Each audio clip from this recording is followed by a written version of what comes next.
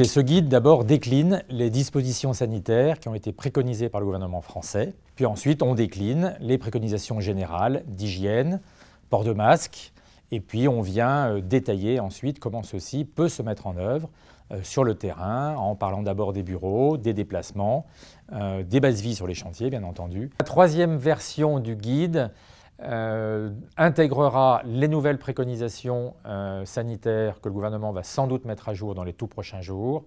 Nous souhaitons également mettre l'accent sur les risques conjugués de forte chaleur et du Covid. Travailler avec un masque dans la chaleur est difficile. Opportunité de plus pour mettre en avant, je dirais, les mesures de distance qui sont préférables, bien entendu, quand il fait chaud, au port du masque. Deux difficultés principales ont été rencontrées par les entreprises lors de la reprise. Tout d'abord, l'approvisionnement en masques et autres fournitures du type gel hydroalcoolique, autres fournitures d'hygiène.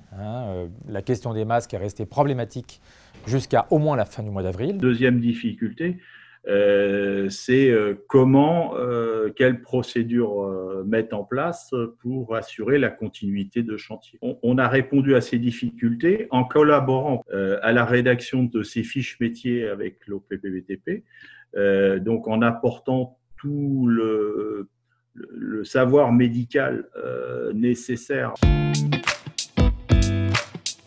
Notre façon d'accompagner les entreprises a été de mettre à disposition beaucoup de supports, des éléments de formation. Nous avons, puisqu'il y a eu la création quelque part des référents Covid en entreprise. L'objet premier était de faire incarner la mission liée au risque du Covid. Il y a eu donc tout d'abord un gros travail de préparation pour la reprise des chantiers. Il s'agissait de définir les règles, de mettre en place un certain nombre de marqueurs physiques, du scotch pour indiquer les circulations, les sens uniques. Puis quand les compagnons sont revenus, il a fallu réunir les personnels, leur expliquer les nouvelles règles, répondre aux questions, sécuriser les gens aussi. La PST BTPRP, concrètement, je veux dire, s'est organisé avec une cellule de crise, un centre médical qui a été une permanence avec médecins, infirmières, IPRP, enfin tout le personnel, de façon à répondre à la fois aux visites urgentes, qu'aux visites de reprise, qu'aux visites à la demande. Parallèlement, il y a eu ce qu'on appelle une foire aux questions, de façon à apporter des réponses très rapides et cohérentes. En première bonne pratique relevée sur le terrain, c'est effectivement la mise à disposition d'installations d'hygiène. Une chose très intelligente, c'est les lave-mains placés à l'extérieur des bâtiments, ce qui permet de se laver avant de rentrer donc dans la base vie. Autre chose que j'ai vue sur au moins un chantier de travaux publics, c'est des lave-bottes. Pratique également relevée, c'est la fréquence plus élevée de nettoyage des bases vie.